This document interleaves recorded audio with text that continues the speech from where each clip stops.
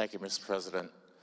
I appreciate asking for support for 8605. I appreciate the body's annual attention to Dr. King and the great relevance that he's played historically in the United States. One thing that I always try to mention on this floor, though, is that Dr. King was multidimensional. He was more than multidimensional. He was like the infinity man. He had such a deep view of the world we live in and the universe, basically.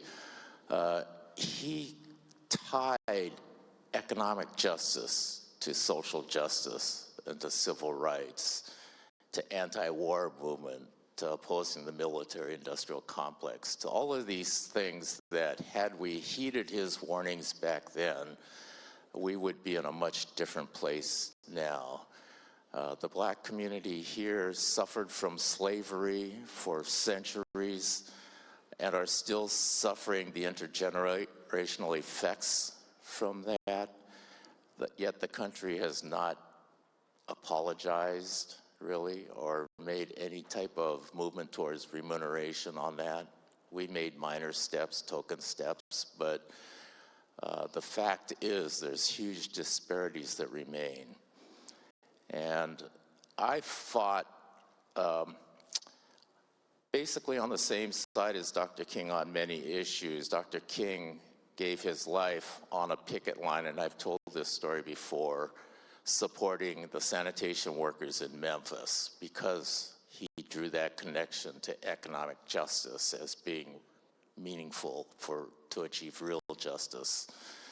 As the head of the Teamsters Union, we had many labor actions to support low-wage workers in the sanitation industry and across the board, trying to bring economic justice to our community. We live in revolutionary times, that's no doubt, but if you would allow me to just read a quote of Dr. King's in this regard.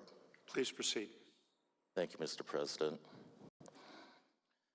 Nothing could be more tragic than for people, to live in these revolutionary times and fail to achieve the new attitude and the new mental outlooks that the new situation demands. Our world is changing faster than we can keep up with. And as it does, the economic inequality is growing faster than we can keep up with. We've seen the demand, the projections on our budget for this upcoming session. And it's not so much because revenue is down, it's because the caseloads are up so much. Why are the caseloads up so much? Homelessness is at a record high. We've produced an economy of wage slaves now. I talked with some lobbyists for a social help organization earlier this morning, working with the homeless population. Over half of those that they work with, the homeless, are employed, yet they are homeless.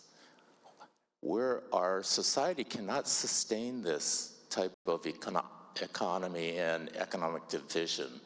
So as we heed Dr. King's words, I hope that we truly think about those who are not present here on this floor, who don't have a voice on this floor.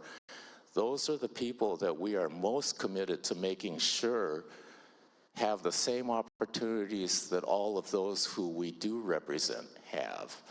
So thank you for allowing me to take this moment, Mr. President, and I move in strong support of Senate Resolution 8605.